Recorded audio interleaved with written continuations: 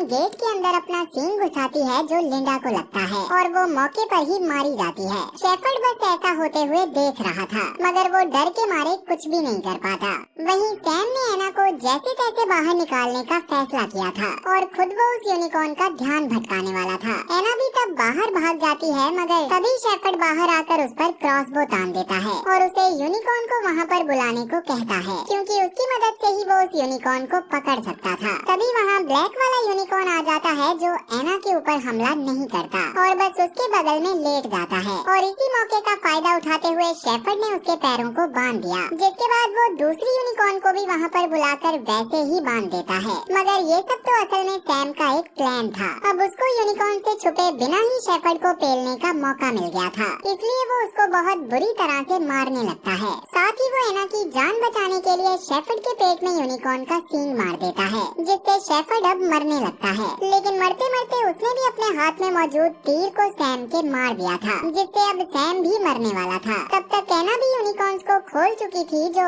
तुरंत ही शेफर्ड को उठाकर दूर फेंक देते हैं, जिससे मौके पर ही उसकी मौत हो जाती है। लेकिन एना को अब सैम की काफी ज्यादा चिंता हो रही थी। तब सैम उससे पूछता है कि जब उसने यूनिकॉर्न के सींग को छुआ तब उसे क्या दिखा था और एना इमोशनल होते हुए जवाब देती है कि उसकी माँ दूसरी दुनिया के दरवाजे पर उसका इंतजार कर रही है। सैम को ये जवाब सच में काफी ज्यादा पसंद आता है और वो एना के हाथों में ही अपना दम तोड़ देता है, जिससे एना जोर जोर से रोने लग गई थी। लेकिन तब यूनिकॉर्न अपने बेटे के सींग को सही करते हैं और बाद में उनके सींग चमकने लगते हैं। उन्होंने अपनी ताकत से अपने बेटे के साथ साथ सैम को भी जिंदा कर दिया था, जिसको वापस से जिंदा देखकर एना खुशी के मारे सैम से लिपट जाती है।